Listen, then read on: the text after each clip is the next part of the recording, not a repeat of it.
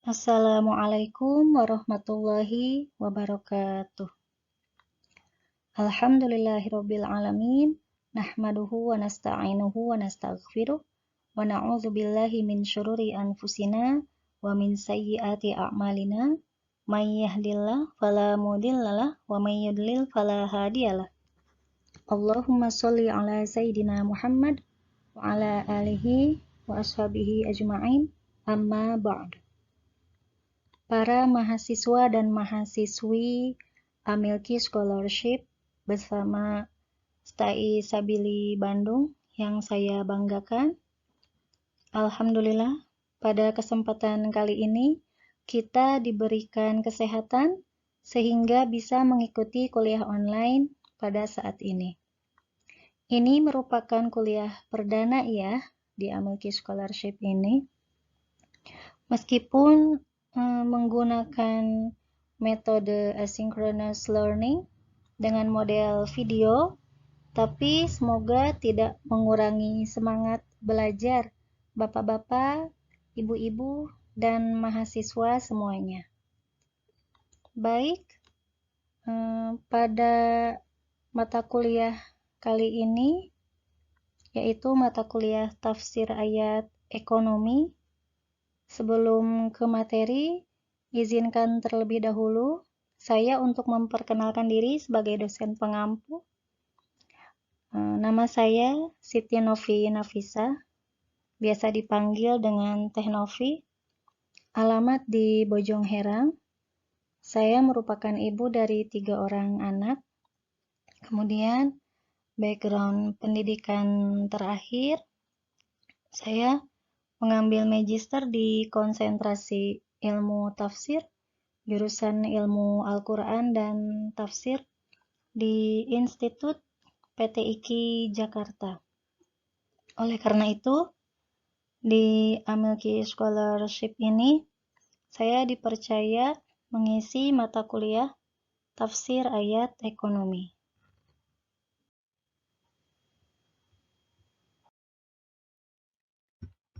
Baik, sekarang sebelum kita masuk ke materi pertama, di sini saya akan membahas secara global terkait tentang ringkasan RPS.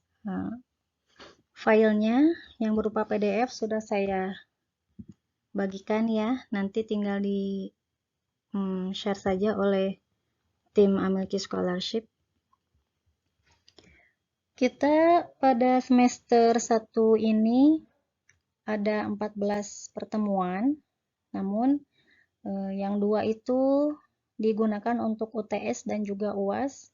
Jadi total pertemuan yang efektif untuk pembelajaran itu ada 12 pertemuan. Di mana di sini sudah saya paparkan ada 12 tema terkait tafsir ayat ekonomi ini, yaitu kita di pertemuan pertama akan membahas tentang gambaran umum tentang penafsiran, yang di dalamnya nanti akan dibahas seputar terjemah, tafsir, dan juga ta'wil. Kemudian di pertemuan kedua, kita akan membahas terkait gambaran umum tentang ekonomi Islam, yang di dalamnya akan dibahas seputar pengertian ekonomi Islam dan juga tujuannya. Kemudian di pertemuan ketiga, kita akan mempelajari tentang Al-Quran dan ekonomi. Kemudian ayat-ayat dan hadis ekonomi dipelajari di pertemuan keempat. Kemudian prinsip dasar ekonomi Islam, yang di dalamnya akan dibahas tentang prinsip tauhid, keadilan, dan juga kemanusiaan. Selanjutnya ada juga kontekstualisasi ekonomi Islam, karakteristik ekonomi Islam di pertemuan ke-7.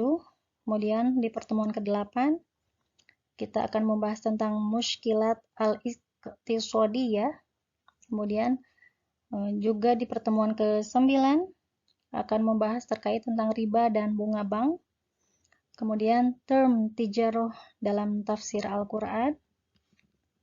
Lalu kita juga akan membahas di pertemuan ke-11 itu ayat dan hadis terkait muamalah. Kemudian di pertemuan terakhir sebelum UAS itu akan dibahas tentang Islamic Banking and Economic Issues, perspektif mufasir kontemporer.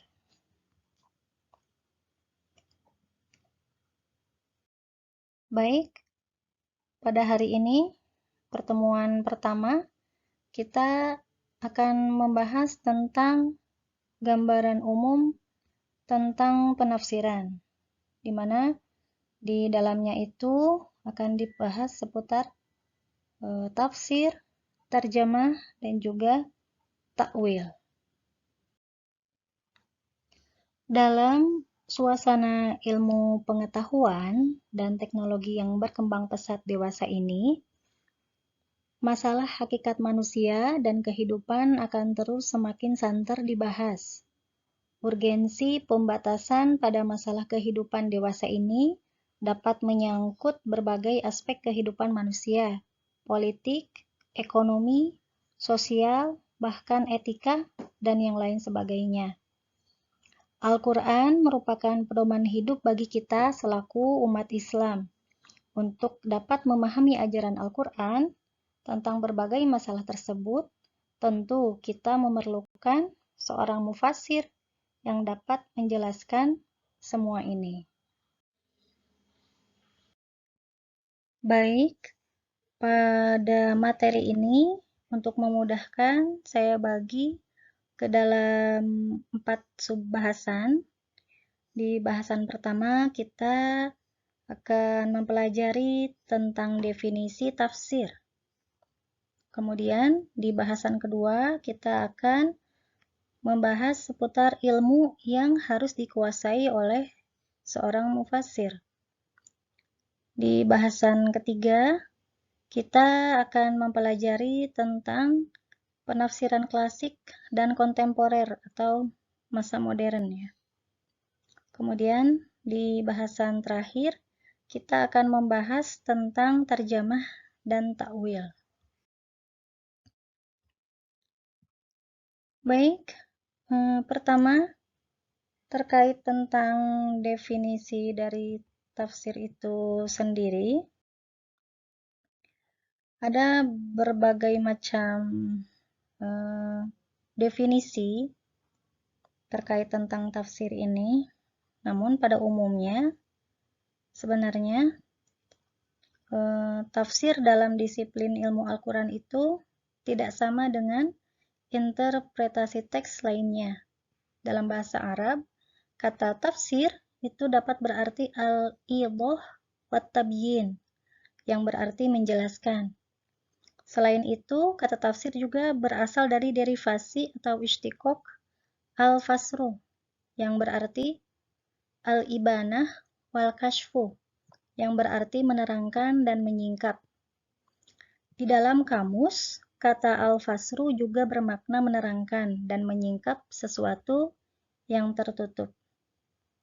Adapun secara istilah, para ulama mengemukakan beragam definisi mengenai tafsir yang saling melengkapi antara satu definisi dengan definisi-definisi yang lainnya. Di sini saya mengambil definisi dari Imam Az-Zarkashi di dalam kitabnya Al-Burhan fi Ulumil Quran. Beliau mendefinisikan tafsir dengan ilmun yufhamu bihi kitabullah ta'ala al-munazzal ala nabiyyihi Muhammad sallallahu alaihi wasallam wa bayanu ma'anihi wastikhraju ahkamihi wa hikamihi, yang artinya ilmu untuk memahami kitabullah yang diturunkan kepada nabinya Muhammad sallallahu alaihi wasallam, menjelaskan maknanya serta menguraikan hukum dan hikmahnya. Sementara itu, ulama besar lainnya, di sini saya mengambil pendapat dari Imam Jalaluddin As-Suyuti. Beliau merupakan pengarang kitab Al-Itqan. Beliau mendefinisikan tafsir itu dengan istilah ilmun yubahathu an muradullahi ta'ala biqudratit tokoh al-bashariyah fahuwa syamil likulli ma yatawaqafu alaih fahmul makna wa bayanul murad. Yang berarti ilmu yang membahas maksud Allah Ta'ala sesuai dengan kadar kemampuan manusiawi yang mencakup segala sesuatu yang berkaitan dengan pemahaman dan penjelasan makna.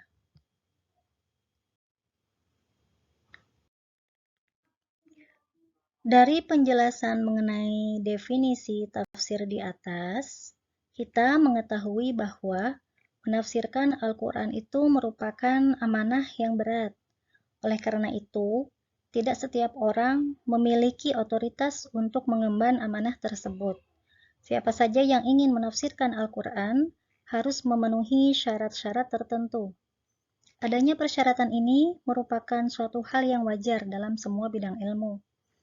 Dalam bidang kedokteran misalnya, seseorang tidak diperkenankan menangani pasien jika tidak menguasai ilmu kedokteran dengan baik.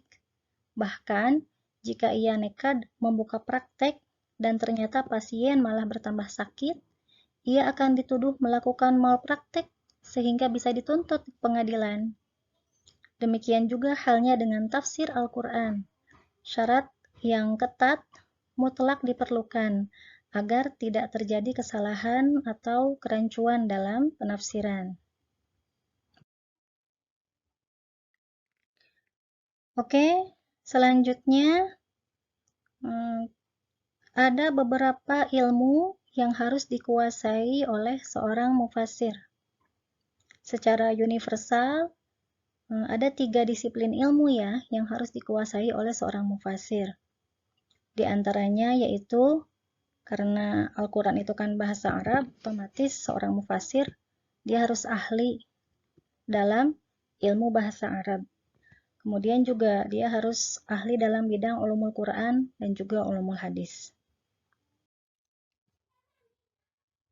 Namun, seorang ulama besar yang ahli dalam bidang ulumul Quran, yaitu Imam As-Suyuti, dalam kitabnya Al-Itqan fi Ulumil Quran, menjabarkan ada 15 ilmu yang harus dikuasai oleh seorang mufassir atau seseorang yang hendak menafsirkan Al-Quran.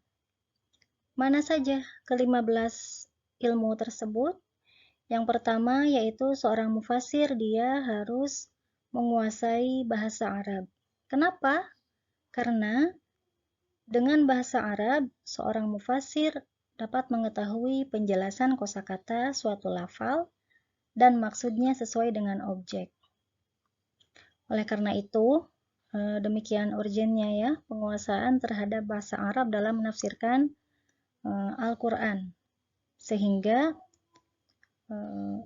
Mujahid bahkan mengatakan tidak halal bagi seorang yang beriman kepada Allah dan hari akhir berbicara mengenai sesuatu yang terdapat dalam kitabullah apabila ia tidak mengetahui bahasa Arab. Karena intinya memang Al-Quran itu sendiri juga merupakan berbahasa Arab. Kemudian yang kedua, ilmu yang harus dikuasai oleh seorang mufassir itu, dia harus menguasai ilmu nahwu. Apa itu ilmu nahwu? Kalau di dalam bahasa Inggris itu istilahnya seperti ilmu grammar ya. Jadi suatu makna bisa saja berubah-ubah dan berlainan sesuai dengan perbedaan i'rabnya.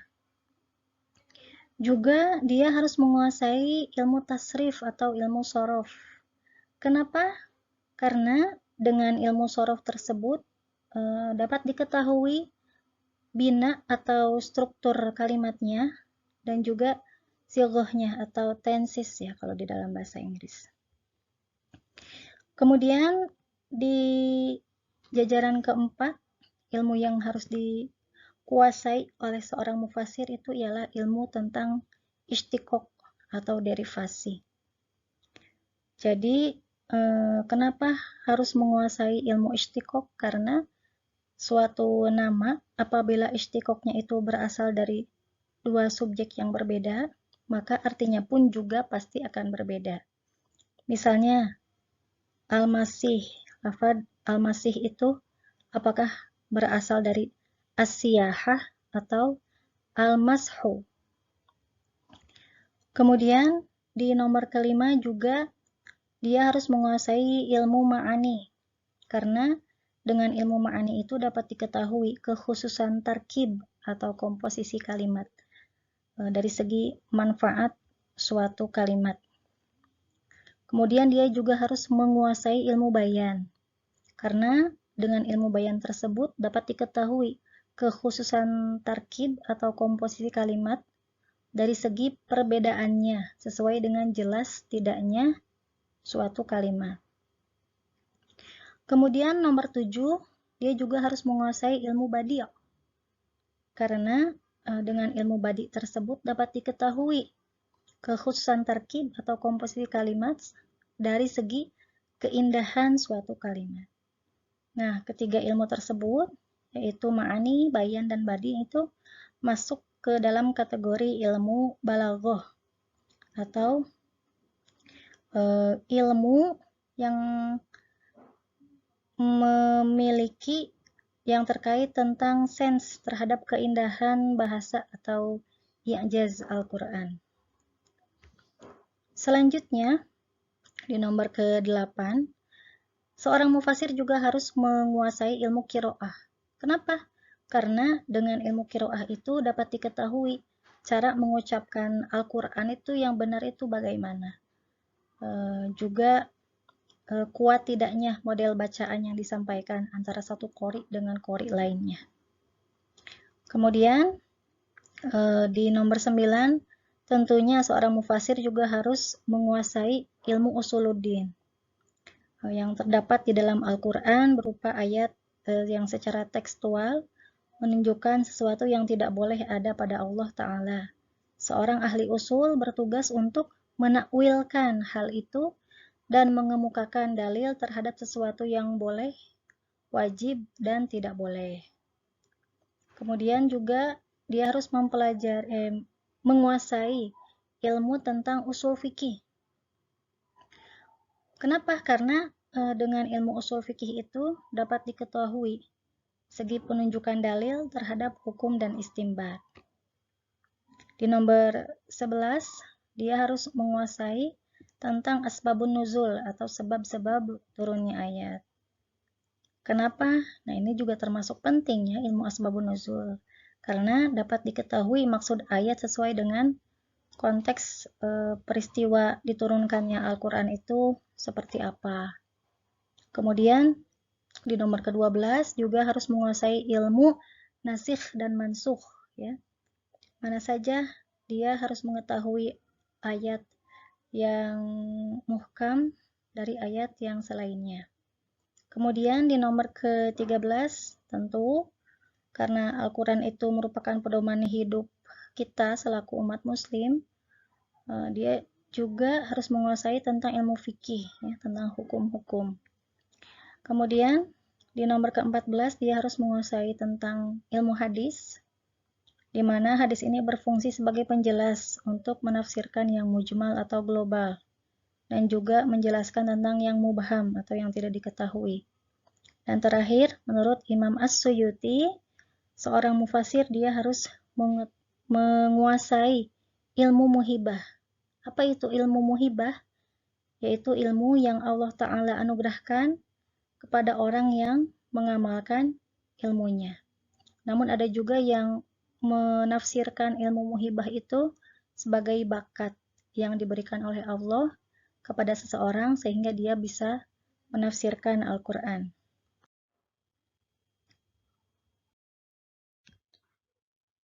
Baik, selanjutnya kita ke bahasan terkait penafsiran klasik dan kontemporer. Jadi ada istilah tafsir klasik dan juga tafsir kontemporer. Kalau tafsir klasik itu tafsir yang ditulis ketika di zaman Rasul, zaman sahabat, juga zaman tabi'in. Kemudian kalau tafsir kontemporer itu dia hadir ketika abad modern ya, dan sampai saat ini. Tepatnya tafsir kontemporer atau modern itu lahir pada akhir abad ke-19 dan awal abad ke-20 Masehi.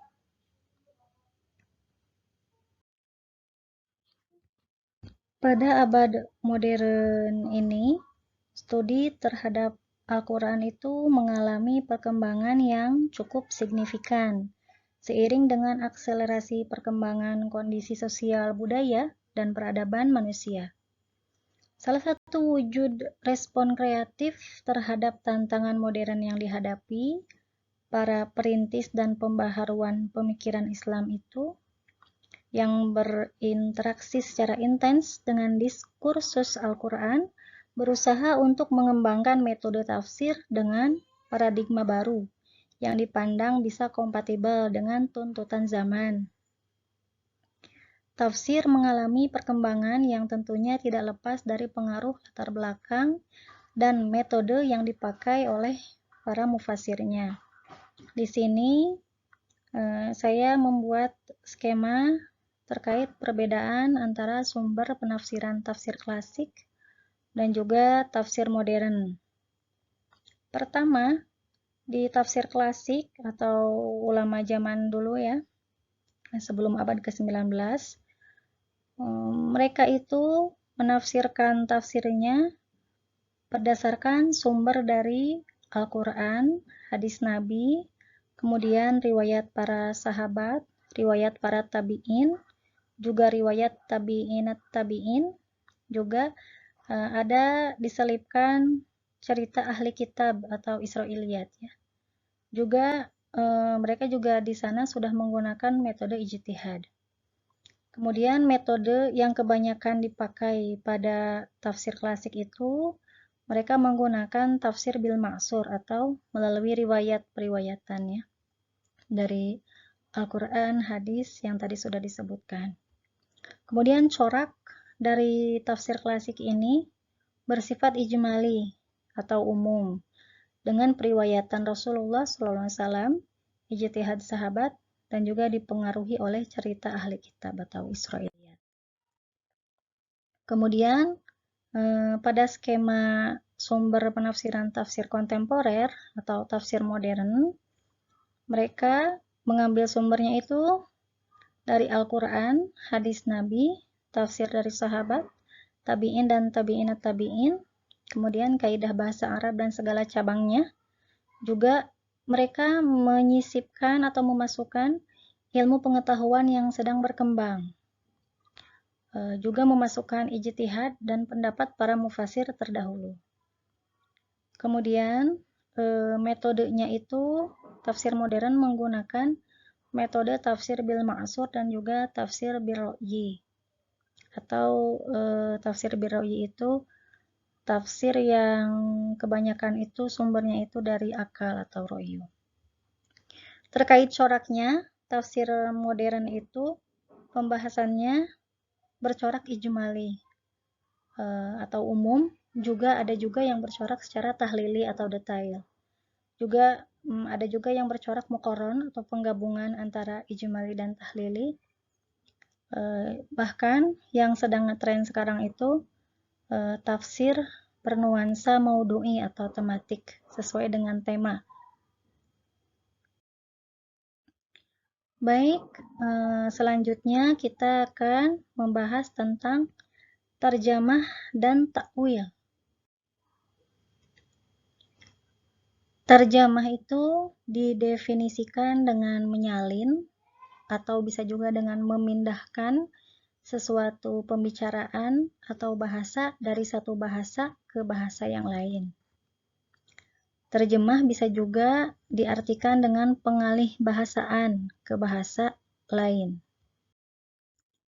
Seorang ulama besar yang menguasai bidang ulumul Quran, yaitu Imam Az-Zahabi, beliau menjelaskan setidaknya terjemah itu digunakan untuk dua macam pengertian.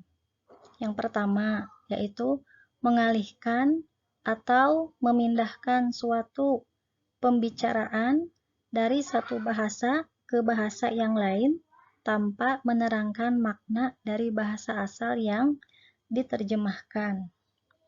Kedua, menafsirkan suatu pembicaraan dengan menerangkan maksud yang terkandung di dalamnya dengan menggunakan bahasa yang lain. Adapun contoh terjemah, misalnya yaitu kata kolam ya, kolamun dalam bahasa Arab.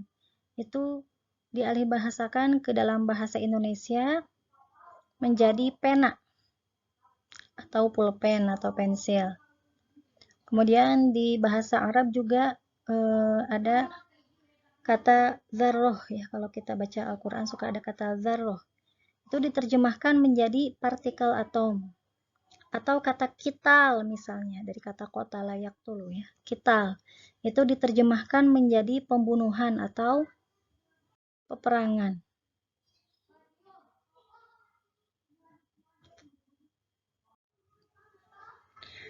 Terjemahan apa adanya atau terjemahan yang hanya mengalih bahasakan itu disebut dengan tarjamah lafziyah.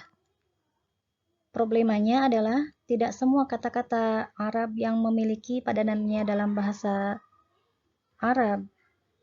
Oleh sebab itu, jika di dalam bahasa Indonesia ditemukan kata-kata yang berasal dari bahasa Arab, itu menunjukkan bahwa bahasa Indonesia tidak memiliki padanannya.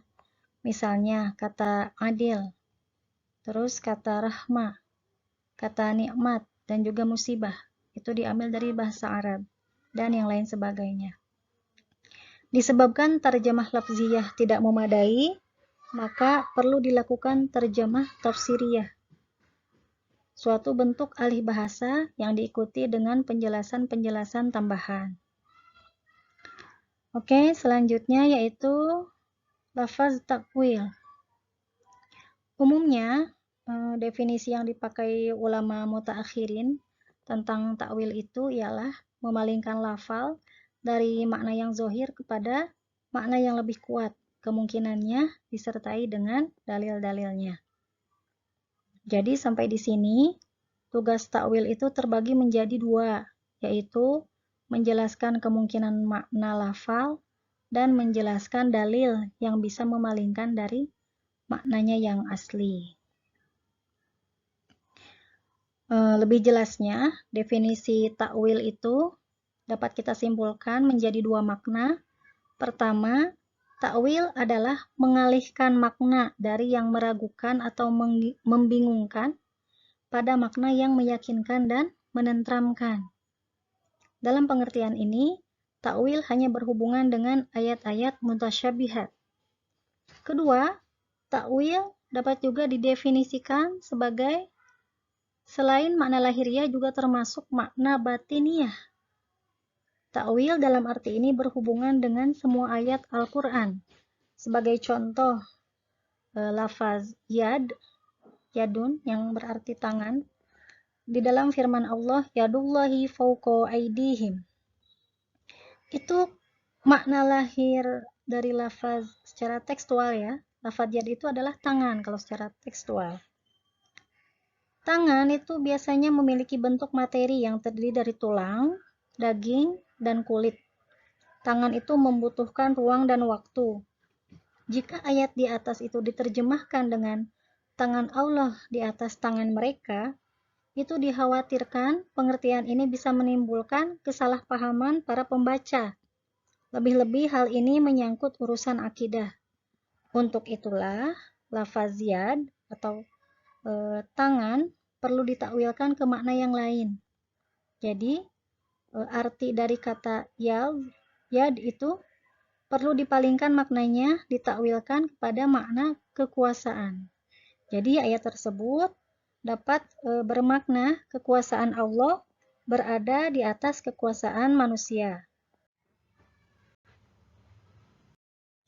Oke, sampai di sini pertemuan kita hari ini yang membahas tema tentang gambaran umum penafsiran. Intinya itu, tidak semua manusia itu bisa menafsirkan Al-Quran ya, karena ternyata ada syarat-syarat yang cukup ketat untuk menafsirkan Al-Quran. terkait tentang fungsi dari tafsir itu ialah untuk menjelaskan makna-makna Al-Quran yang belum kita pahami maknanya. Nah, ilmu tafsir ekonomi ini juga bermanfaat bagi kita yang sedang mendalami konsentrasi ekonomi syariah. Baik, saya tutup pertemuan ini dengan mengucapkan wallahul muwaffiq ila aqwamit thoriq. Wassalamualaikum warahmatullahi wabarakatuh. Terima kasih atas segala atensinya. Semoga ilmunya bermanfaat.